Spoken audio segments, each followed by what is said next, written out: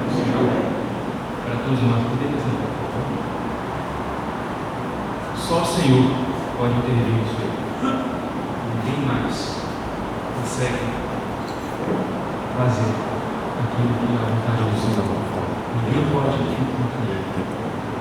É como diz João: Senhor, tu sabes todas as coisas, os seus planos não podem ser frustrados. Só o Senhor sabe todas as coisas.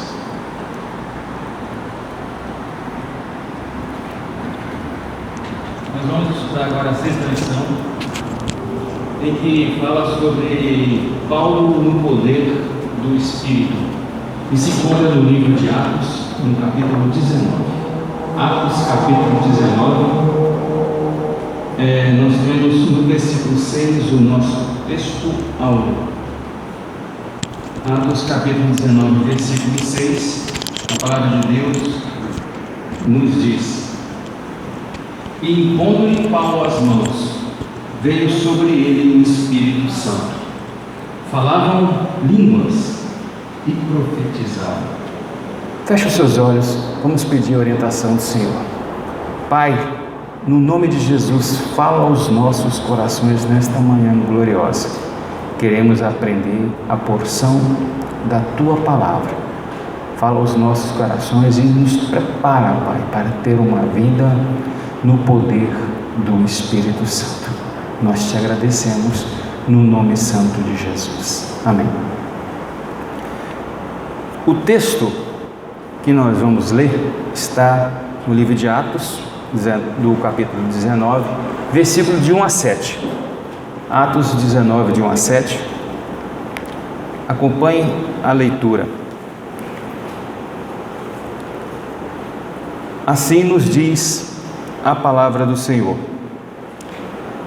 Enquanto Apolo estava na cidade de Corinto, Paulo viajou pelo interior daquela região e chegou a Éfeso. Encontrou ali alguns cristãos e perguntou: vocês receberam o Espírito Santo quando creram? Eles responderam: nós nem sabíamos que existia o Espírito Santo. Então, que tipo de batismo vocês receberam? Perguntou Paulo. O batismo de João Batista, responderam eles. Então Paulo disse: o batismo dele era para aqueles que se arrependiam dos seus pecados. E João também dizia ao povo de Israel que eles deviam crer naquele que havia de vir, isto é, depois dele, que é a pessoa de Jesus Cristo. E depois, ouvindo isso, aqueles cristãos foram batizados em nome do Senhor Jesus. Ali Paulo pôs as mãos sobre eles, e o Espírito Santo veio sobre todos. E começaram logo a falar em línguas estranhas, e anunciavam também a mensagem de Deus. E todos esses homens eram uns 12. Amém? Queridos, a história de Paulo é uma coisa impressionante. Perseguia os cristãos e agora Jesus Cristo fez uma mudança na vida dele. E ele começou, durante seu trajeto, a ter alguns obstáculos na sua caminhada. E os obstáculos no caminho da vida cristã, queridos, são numerosos. Mas é importante que só o Espírito Santo pode conduzir a vida do crente sobre esses obstáculos. Sozinho não conseguimos enfrentar esses obstáculos se não tiver a presença do Espírito Santo. Quando Paulo exerceu o seu ministério, o Espírito foi o agente fundamental para que o apóstolo Paulo pudesse dizer com todas as letras: combati o bom combate, acabei a carreira e guardei a fé. Se não fosse a presença do Espírito Santo na vida dele, isso não havia acontecido. Ou seja, Paulo começou a caminhar no Espírito, a viver no Espírito, e ele terminou a sua caminhada no Espírito. O que Paulo quer nos dizer hoje, nessa manhã? Que há importância muito grande de nós termos a presença do Espírito Santo em nossa vida diária. É importante nós termos a presença do Espírito Santo, porque a unção do Espírito Santo é indispensável para a nossa caminhada com Cristo. Não tem uma outra alternativa de você ser bem sucedido se você não tiver a presença do Espírito Santo dentro de você. Não podemos viver sem Ele, e muito menos extinguir a presença dEle em nossa vida. Por isso que Ele disse: vivamos a plenitude do Espírito Santo.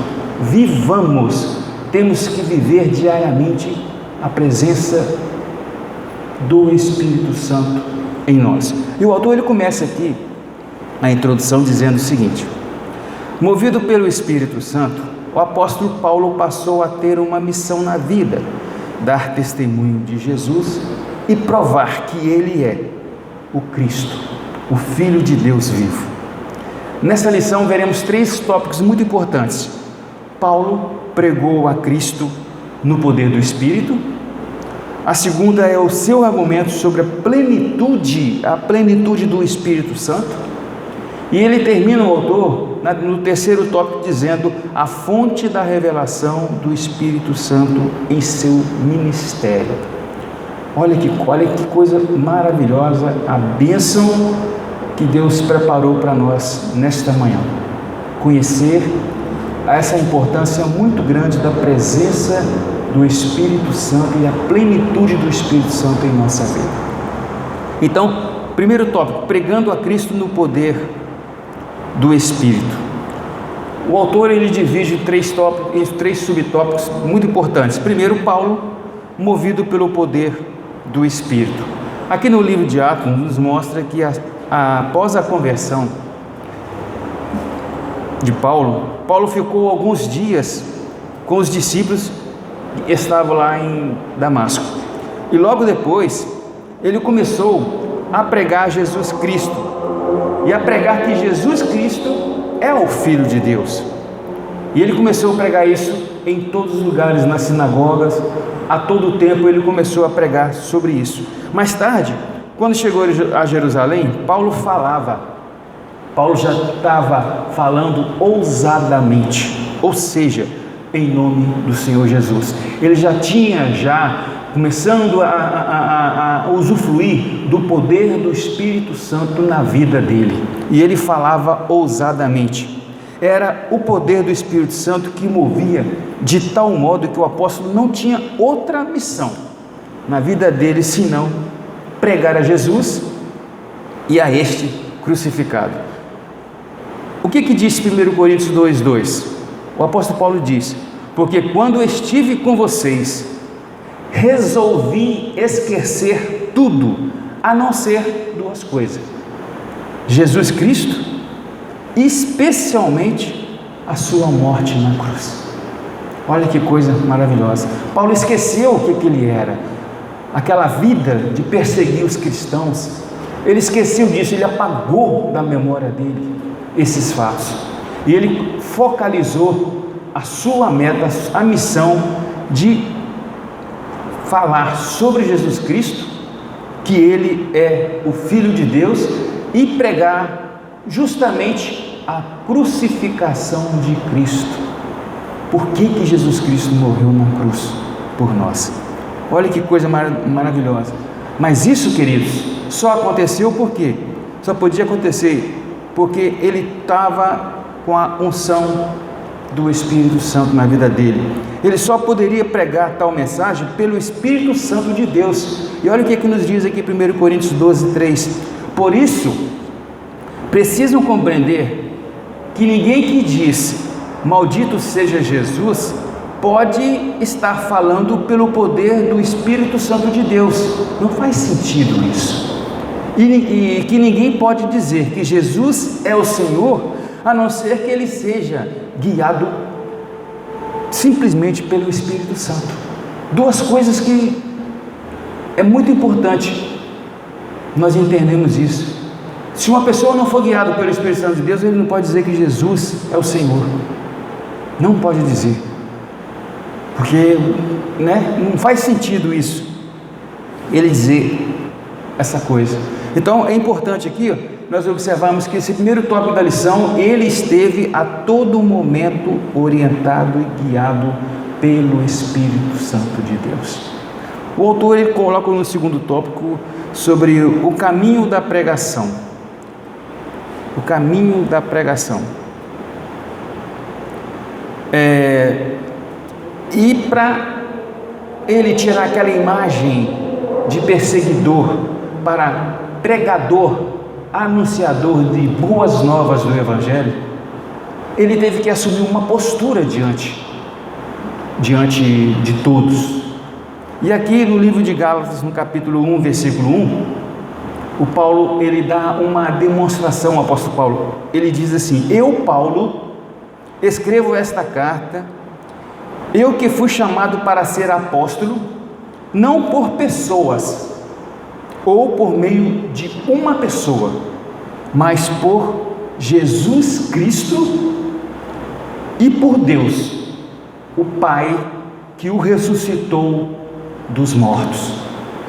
Ele faz essa declaração: eu, Paulo, declaro isso, que quem me chamou não foi pessoas, não foi ninguém, foi o próprio Jesus e Deus, a qual o ressuscitou dos mortos. Olha que coisa maravilhosa. Ele teve que se declarar isso de uma maneira bem clara, para que a trajetória dele fosse mais fácil. Isso por quê? Porque Paulo estava guiado pelo poder do Espírito Santo. Ele diz ainda em Gálatas 1, 15 e 24: porém Deus, na sua graça, me escolheu antes mesmo de eu nascer e me chamou para servi-lo. E quando ele resolveu me revelar o seu Filho para que eu anunciasse as boas novas do Evangelho a respeito dele, não fui procurar conselho de ninguém, e também não fui a Jerusalém para ver o que eram os apóstolos antes de mim. Não, ao contrário, eu fui para a região da Arábia e depois voltei a Damasco. 3 anos mais tarde fui a Jerusalém para conhecer Pedro e fiquei com ele 2 semanas, e não vi nenhum outro apóstolo a não ser Tiago, o irmão do Senhor. Afirmo diante de Deus que o que escrevo é verdade. Depois fui para a região da Síria e da Sicília. Durante esse tempo, os membros da igreja da Judéia não me conheciam pessoalmente, mas sabiam somente que os outros diziam o seguinte a meu respeito: aquele que nos perseguia está anunciando agora a fé que antes procurava destruir. Olha que coisa maravilhosa.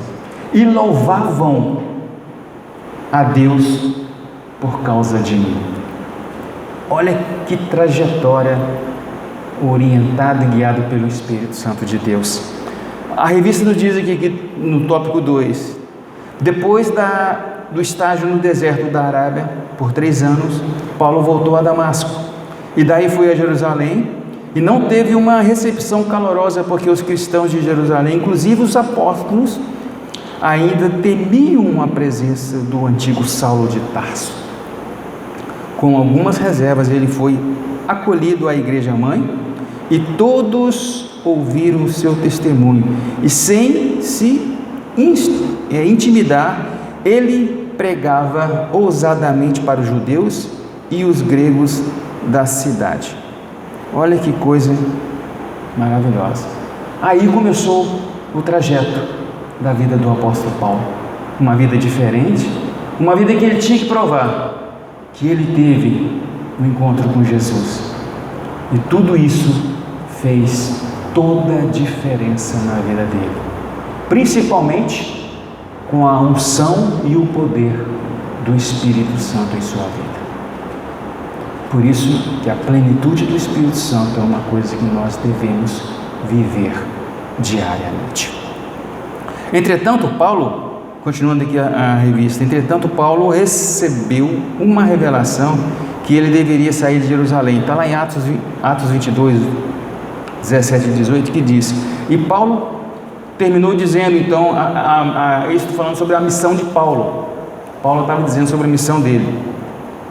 Então terminou dizendo: então voltei para Jerusalém, e quando orava no templo, eu tive uma visão, vi o Senhor, e ele me disse: saia depressa de Jerusalém, porque as pessoas daqui não aceitarão o que você vai dizer a meu respeito. E mais uma vez, provando que Paulo, ele esqueceu tudo que ele era no passado, perseguidor, e começou a pregar Jesus Cristo, a Cristo crucificado. Por isso que ele recebeu essa visão do Senhor dizendo: não fique aí, sai de Jerusalém, porque eles não vão aceitar as boas novas que você vai falar a meu respeito. Olha que coisa interessante. E aí, olhando sobre esse lado, eu pude perceber lá no Atos capítulo 9, versículo 15, quando Ananias estava falando para o Senhor que Paulo era perseguidor e tal, e ele falou assim para Ananias, e disse o Senhor a Ananias: vai, pois eu escolhi esse homem para trabalhar para mim, a fim de anunciar o meu nome aos não-judeus, aos reis e ao povo de Israel. Paulo, ele seguiu a orientação do Espírito Santo. E o terceiro tópico aqui, da primeira parte, Paulo e as duas viagens missionárias. É interessante que aqui o autor ele colocou a primeira e a segunda viagem. Paulo, nós sabemos que teve a terceira viagem também, mas ele focalizou essas duas viagens dizendo o seguinte: a primeira viagem de Paulo, ele não estava só, mas acompanhado e assistido por Barnabé, que era um conselheiro competente. Ele era um conselheiro competente. Os dois, Paulo e Barnabé, passaram por vários lugares e visitaram os discípulos que estavam em Antioquia, Fenícia, Chipre e outros pequenos lugares. Esse foi a primeira viagem.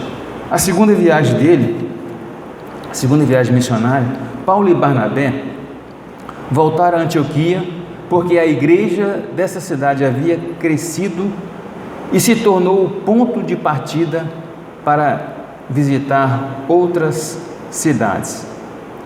Nessa viagem, eles passaram por Listra, Troas, ou Troades, Filipos, Tessalônicas, Bereia, Atenas, Corinto e por fim chegou em Éfeso.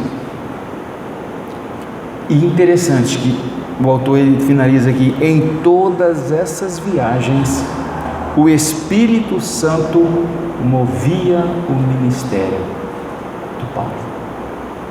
Em toda instante movia o ministério de Paulo. Nós podemos lá em Atos capítulo 13, a partir do capítulo 13 a primeira viagem, a segunda viagem a partir do capítulo 16 de Atos e a terceira viagem a partir do capítulo 18. Leiam isso em casa com calma e para vocês entenderem a missão difícil de Paulo, que o Senhor havia falado para Ananias: ele vai saber o que é sofrer por amor do meu nome.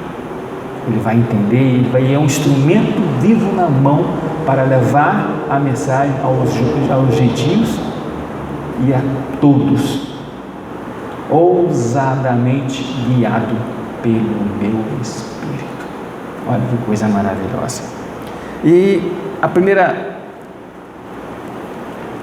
síntese do tópico aqui nos diz que nas suas viagens missionárias, o Espírito Santo moveu a Paulo no caminho de pregação. Ele foi orientado pelo Espírito Santo em todo o seu percurso, em todo o seu trajeto, levando as boas novas de salvação. Isso é maravilhoso demais. Aí o autor ele começa aqui no segundo tópico, falando sobre o argumento de Paulo sobre a plenitude do Espírito Santo. Agora nós vamos entender um pouco sobre a plenitude do Espírito Santo. O primeiro tópico nos fala que Paulo aclara o Senhor sobre a plenitude do Espírito Santo. Ele nos diz aqui que nos capítulos anteriores, depois da separação entre Paulo e Barnabé, o jovem Timóteo e Silas passaram a caminhar o apóstolo, passaram a acompanhar o apóstolo. Quando Paulo voltou a Éfeso, ele deparou-se com um grupo de discípulos que seguiam o ensino de Apolo e foram batizados com o batismo de arrependimento de João Batista. Esses discípulos ouviram falar de Jesus, mas eles não conheciam a doutrina do batismo no Espírito Santo. Eles haviam crido em Cristo, mas não sabiam da experiência acontecida lá em Pentecoste.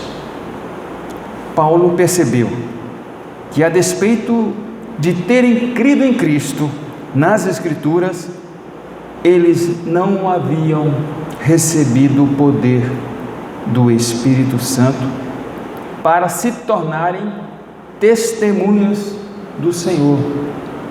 E recebereis sobre vós o poder do Espírito Santo, e sereis minhas testemunhas, tanto em Jerusalém, Judéia e Samaria, até os confins da terra.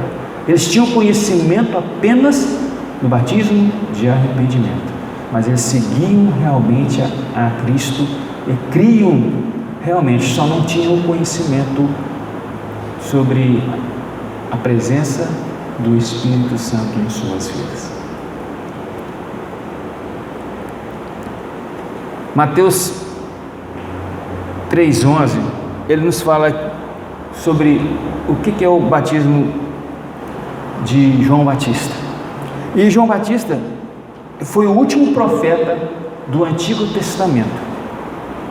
E as palavras de João Batista acerca de Jesus foram narradas aqui em Mateus capítulo 3,11.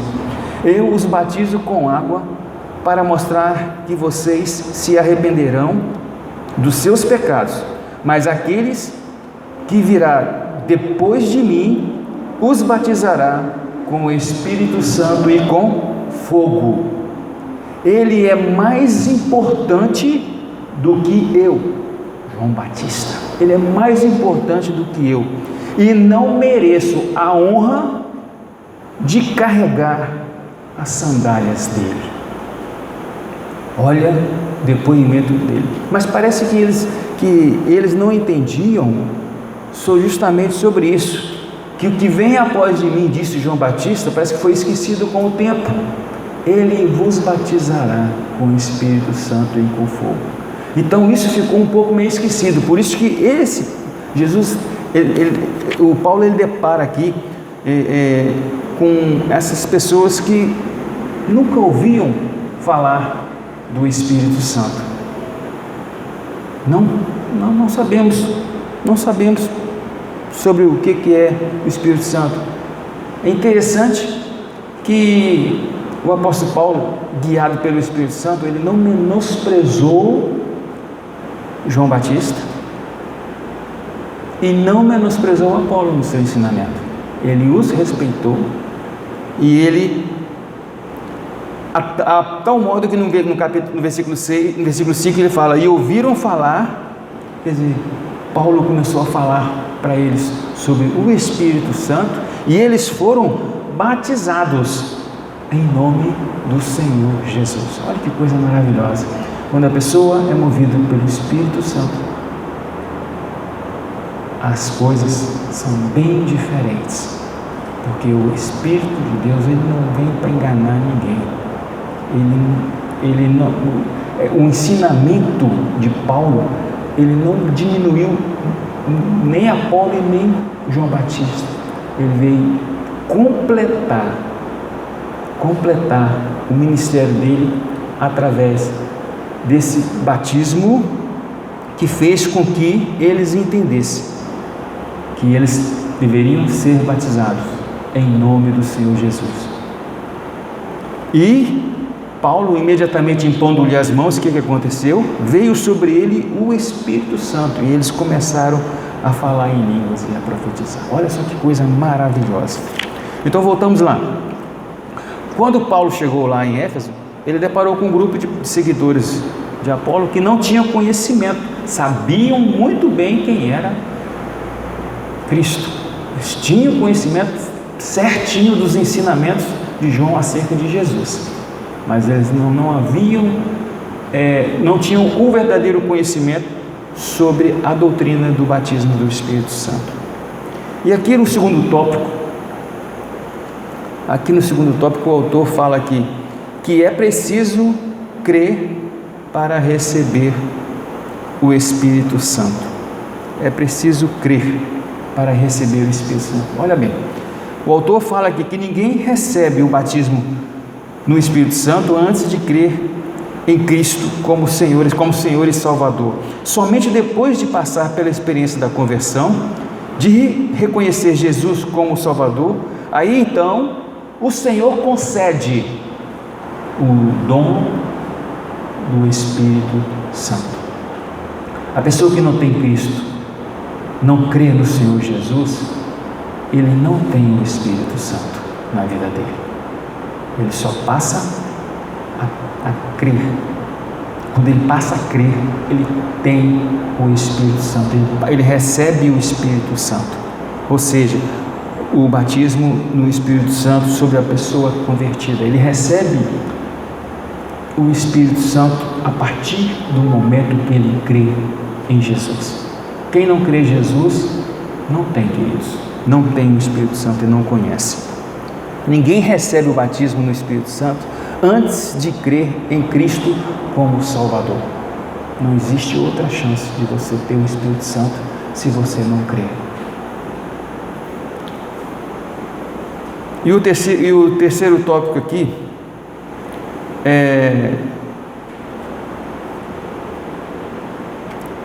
mas antes de chegar no terceiro tópico, tem uma coisa interessante aqui. O que diz Atos 2,38? Está no finalzinho da revista aqui. O que quer dizer isso? Isso aqui foi Pedro. Ele estava respondendo, dizendo: arrepende-se cada um de vocês e sejam batizados no nome do Senhor Jesus Cristo, para que sejam perdoados, e vocês receberão do Pai o Espírito Santo. Olha só, o próprio Pedro falando que você recebe o Espírito Santo a partir do momento que você crê no Filho de Deus. Então, a Bíblia ela é completa, é muito clara com relação a isso. Só tem o Espírito Santo quem crê no Filho de Deus. Então, o terceiro tópico fala assim: Paulo cuida para esclarecer Apolo. Ele cuida para esclarecer Apolo. Mas ele faz a primeira pergunta assim: quem é Apolo? O que a Bíblia fala sobre Apolo? Aqui mesmo no livro de Atos, capítulo 18, no finalzinho dele, a partir do versículo 24, nos fala o seguinte: certo judeu chamado Apolo, nascido na cidade de Alexandria, foi para Éfeso. Ele era um ótimo orador e conhecia muito bem as Escrituras Sagradas.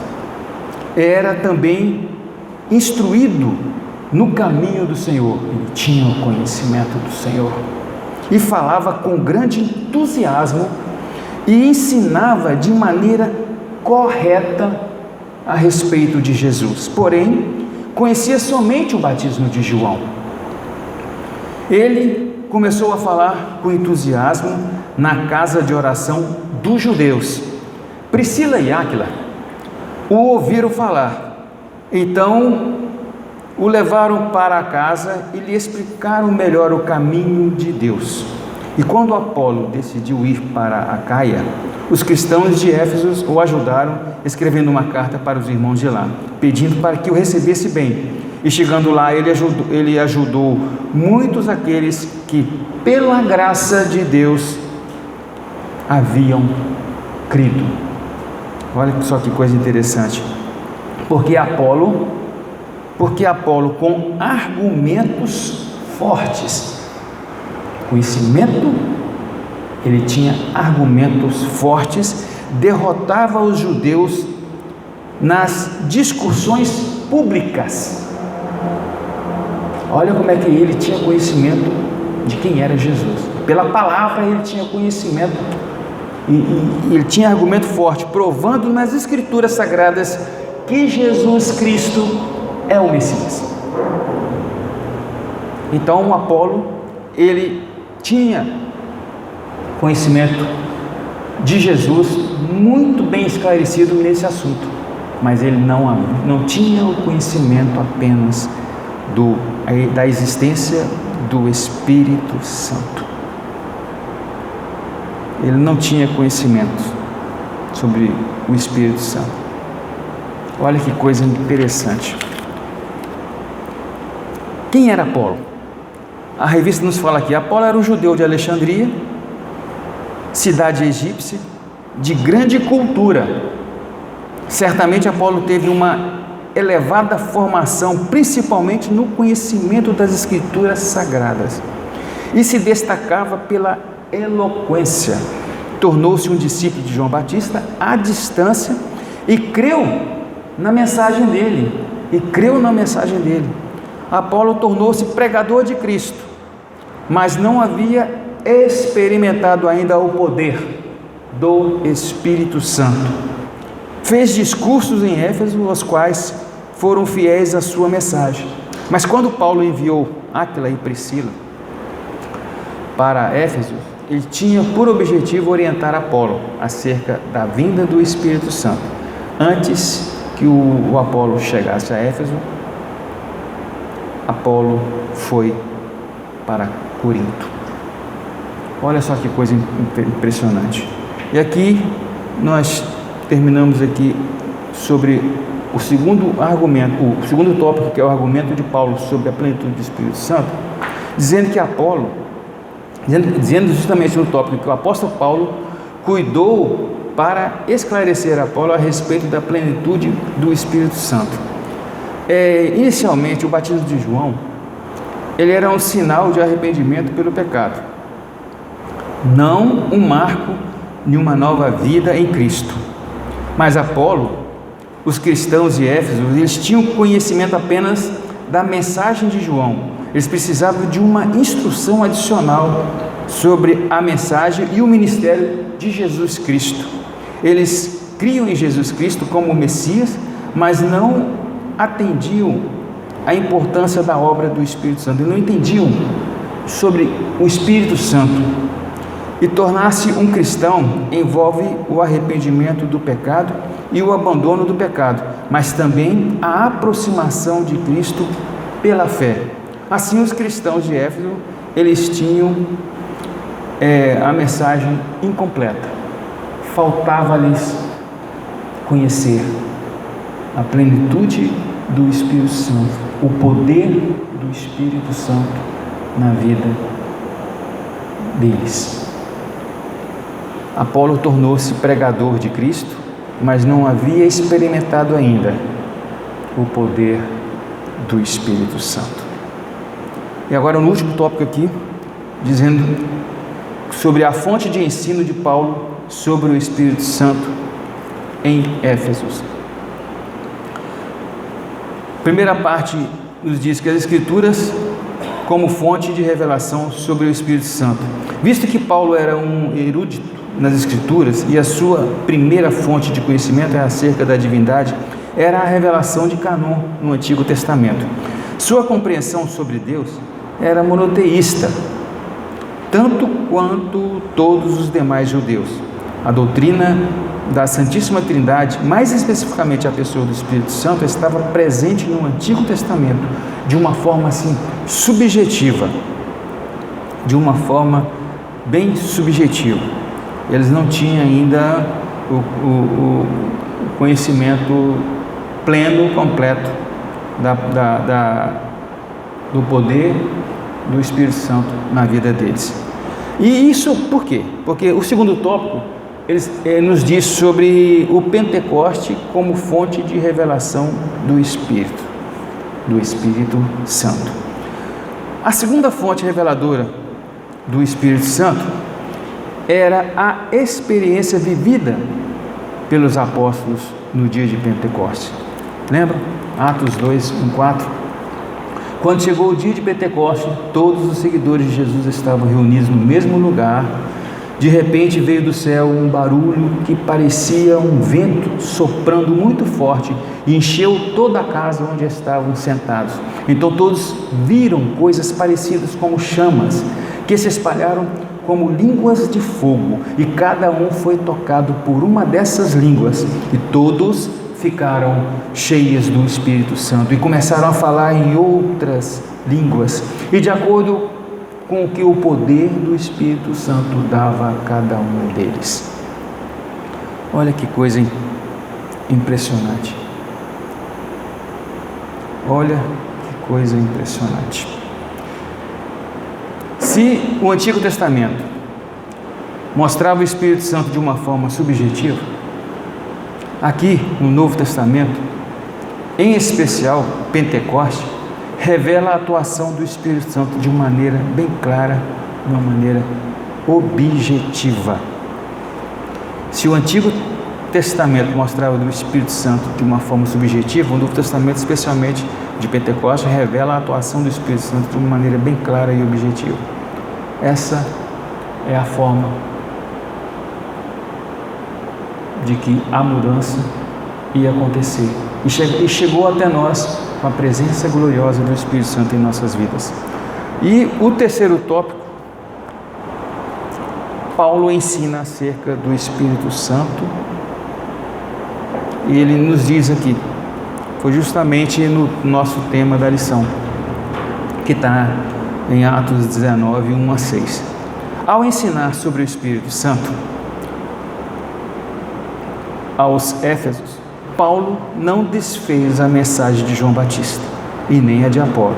Pelo contrário, o apóstolo fortaleceu a mensagem de João Batista e revelou o Cristo profetizado por João, exatamente com que havia de vir.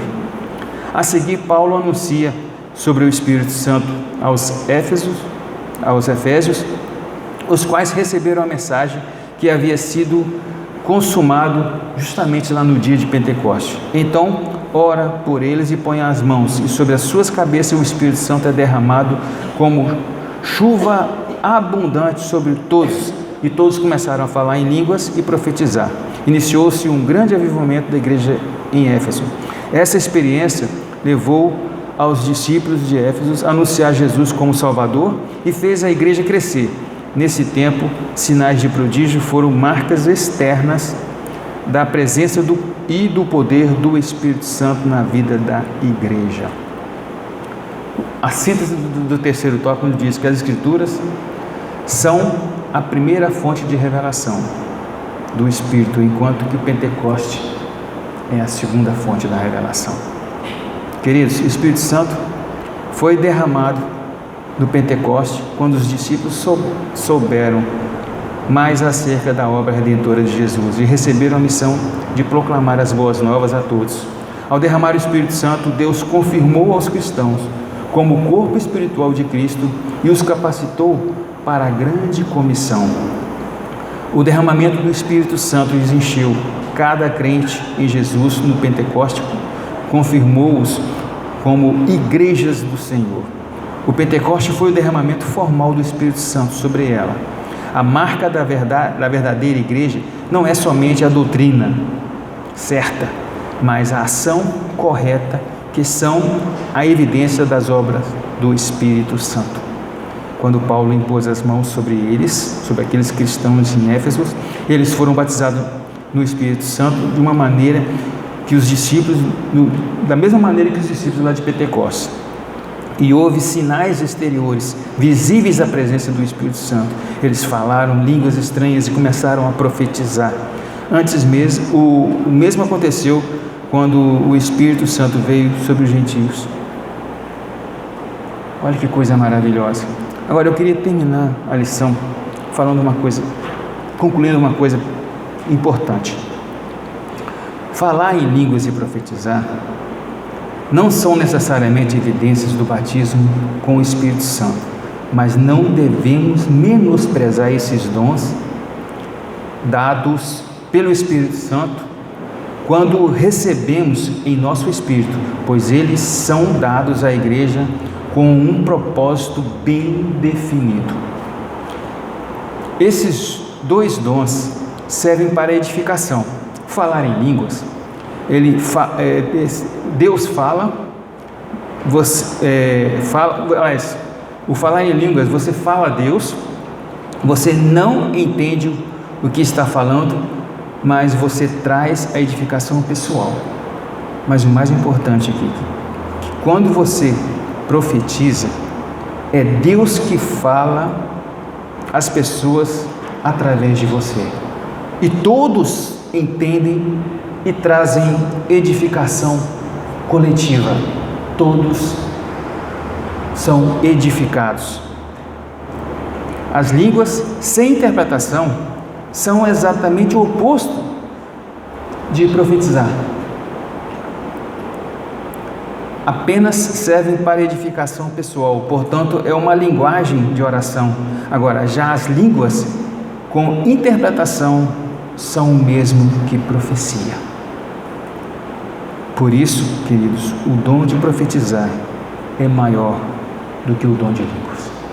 E o autor ele termina dizendo que no poder do Espírito, o apóstolo Paulo, além de realizar curas e milagres em nome de Jesus, levou a igreja em Éfeso a espalhar o Evangelho de Cristo à luz desse exemplo. E precisamos resgatar a simplicidade da fé cristã, buscando os sinais que demonstram o poder do Espírito Santo hoje em nossas vidas. Amém? É tremendo, é maravilhoso conhecer e receber e saber que